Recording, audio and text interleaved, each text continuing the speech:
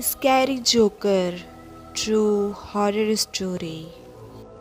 दिन ख़त्म होने के बाद रात शुरू हो चुकी थी। ऐसे में आकांक्षा और अमृत जल्दी जल्दी अपनी पैकिंग कंप्लीट करने में लगे हुए थे, क्योंकि उन्हें आज रात ही इस शहर को छोड़कर दूसरे शहर शिफ्ट होना था। दरअसल अमृत एक सरकारी मुलाजिम था। कुछ अर्सा एक जगह काम करने के बाद अमृत का ट्रांसफ़र हो जाया करता था, इसीलिए इस बार भी अचानक ही अमृत का ट्रांसफ़र अब दूसरे शहर हो चुका था। उन्होंने अपने घर को हमेशा के लिए अलविदा किया और दूसरे शहर की जानिब सफ़र के लिए रवाना हो गए। उनकी गाड़ी शहर के मसरूफ़ इलाकों से गुज़रते हुए आहिस्ता आहिस्ता सुनसान रास्तों की जानिब चलने लगी। अभी वो कुछ ही दूर गए थे कि अचानक उनकी गाड़ी झटका खा के एकदम से ही रुक गई। अरे, ये हमारी गाड़ी एकदम से क्यों रुक गई है? आपने पेट्रोल तो भरवा लिया था ना? ओ खुदाया, मैं तो पेट्रोल भरवाना भूल ही गया।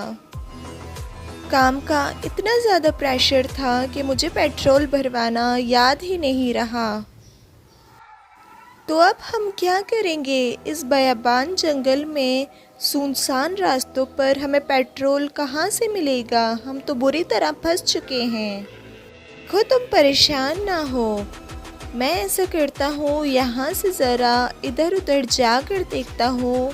मुझे उम्मीद है मुझे कहीं ना कहीं से मदद मिल जाएगी। कोई ना कोई इंसान ज़रूर नज़र आ जाएगा, लेकिन जब तक मैं वापस ना आ जाऊँ तुम यहाँ से कहीं मत जाना। ये कहते ही अमृत मदद की तलाश में वहाँ से निकल पड़ा और मदद की उम्मीद में बेचारा यहाँ से वहाँ उन सुनसान रास्तों पर भटकने लगा, लेकिन उसे कोई भी इंसान नज़र ना आया। इधर आकांक्षा भी तन्हा बहुत ज़्यादा घबरा रही थी। उसे न जाने क्यों अनजाना सा खौफ महसूस हो रहा था। वो बस जल्द से जल्द अमृत के वापस आने का इंतज़ार कर रही थी कि अचानक उसे एक हंसी की आवाज़ सुनाई दी।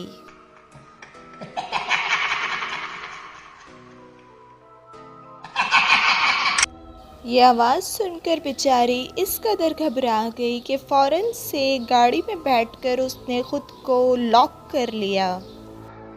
इधर अमृत को भटकते भटकते एक पुराना सा घर नज़र आया। अमृत ने सोचा कि क्यों ना इसी घर में आज की रात गुजार ली जाए। ये भी मुमकिन है कि इस घर के अंदर कोई ना कोई इंसान रहता हो और उससे मदद मिल जाए, और अगर घर खाली भी हुआ तो सुबह होते ही कहीं ना कहीं से तो मदद मिल ही जाएगी। ये सोचकर अमृत आकांक्षा को लेने चला गया ताकि इसी घर में आराम से आज की रात गुजार कर सुबह रवाना हुआ जाए। इधर जब अमृत आकांक्षा के पास वापस आया तो बेचारी आकांक्षा बुरी तरह से डरी हुई थी। उसने अमृत को उस आवाज़ के बारे में बताया, लेकिन अमृत ने उसे समझाया कि देखो, ये तुम्हारा सिर्फ वहम है। मुझे एक घर मिला है, हो सकता है वहाँ से मदद मिल जाए, और अगर कोई इंसान वहाँ मौजूद ना भी हुआ तो हम आज की रात तो कम से कम वहाँ गुजार लेते हैं।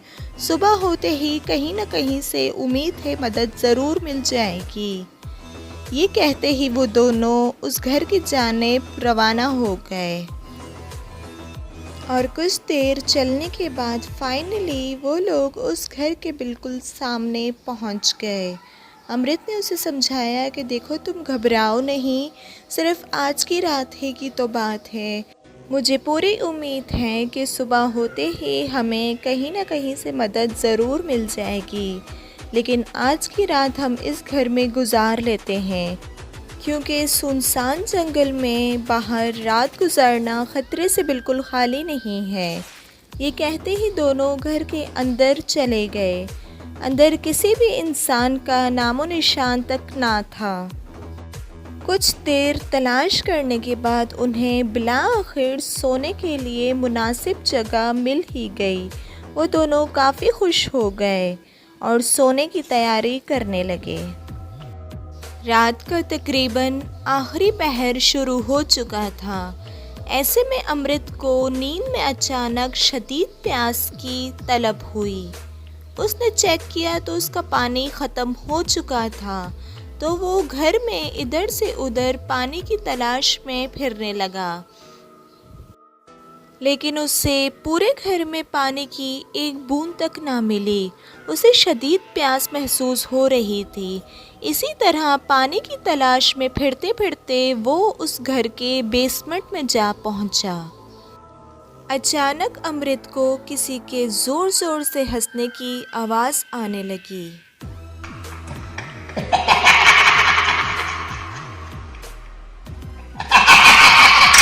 इस खौफनाक हंसी की आवाज़ सुनकर अमृत उस आवाज़ का पीछा करते करते रूम्स की जानिब बढ़ गया। रूम्स अजीब से थे। ऐसा लगता था ये कोई कमरे नहीं बल्कि टॉर्चर्ड सेल हो, जहां इंसानों को टॉर्चर किया जाता हो। दीवारों पर सॉरी, हेल्प जैसे वर्ड्स लिखे हुए थे। ऐसा लगता था इंसानों को यहाँ रखकर बहुत बुरी तरह टॉर्चर किया जाता था। अमृत को शदीद खतरे का एहसास होने लगा। उसे अंदाज़ा हो चुका था कि ये जगह ठीक नहीं है, लेकिन जैसे ही वो अगले कमरे की जानिब बढ़ा, उसके पैरों तले ज़मीन निकल गई। ऐसा खौफनाक नज़ारा उसने देखा कि उसने वहाँ से निकलने में बिल्कुल देर ना की। अब वो जल्द से जल्द आकांक्षा को लेकर इस भयानक और खौफनाक जगह से बाहर निकल जाना चाहता था। उस घर के बेसमेंट में हर तरफ इंसानी बॉडी पार्ट्स, इंसानों के कटे हुए सर, दीवारों पर जगह जगह खून के निशान। अमृत तो देखकर बिल्कुल चकरा ही गया, लेकिन उसने हिम्मत की और कोशिश की कि वो जल्द से जल्द आकांक्षा को लेकर उस खौफनाक और भयानक जगह से निकल जाए। लेकिन जैसे ही वो थोड़ा सा आगे बढ़ा, उसे महसूस हुआ कि उसके आसपास कोई तो है जो उसका पीछा कर रहा है, और उसका शक बिल्कुल दुरुस्त साबित हुआ। थोड़ा सा आगे बढ़ते ही उसके सामने एक अजीबोगरीब सा आदमी आ खड़ा हुआ। उसने जोकर का कॉस्ट्यूम पहना हुआ था, अजीब हरकतें कर रहा था। उसके कॉस्ट्यूम के ऊपर इंसानी खून के धब्बे भी मौजूद थे। ऐसा लगता था कि कोई पागल सनकी सा आदमी है। अमृत ने उससे पूछा भी कि क्यों मेरा रास्ता रोक के खड़े हो, लेकिन उसने कोई जवाब ना दिया, बस अपनी अजीबोगरीब हरकतें करता रहा। और फिर आखिरकार वो ज़ोर ज़ोर से हंसने लगा। उसकी भयानक हंसी सुनकर अमृत शदीद घबरा गया।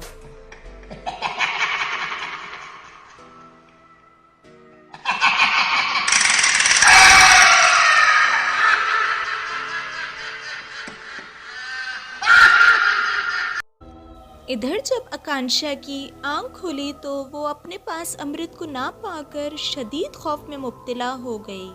उसे समझ ही नहीं आया कि अचानक अमृत कहाँ गायब हो गया है। वो जगह जगह घूमकर अमृत को तलाश करने लगी। अंदर से वो बहुत ज़्यादा घबराई हुई थी। उसे न जाने अनजाना सा खौफ महसूस हो रहा था। वो बस जल्द से जल्द अमृत को ढूंढना चाहती थी, और ढूंढते ढूंढते वो उसी घर के बेसमेंट में जा पहुंची जहां अमृत पहुंचा था।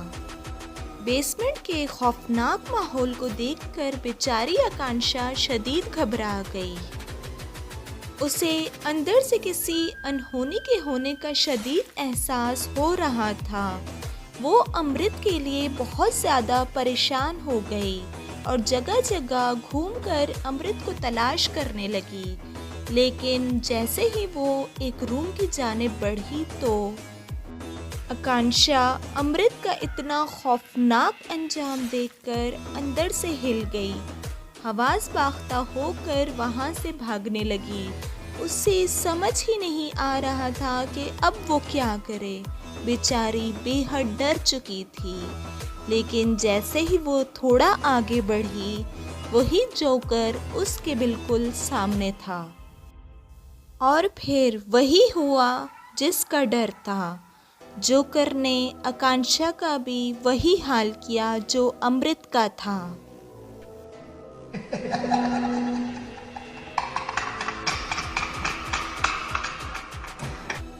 अब तो खुदा ही बेहतर जानता है कि और कितने लोग उस जालिम जोकर का शिकार बनने वाले हैं। Thanks for watching my video. Please like and subscribe my YouTube channel and click the bell icon. Allah Hafiz and take care.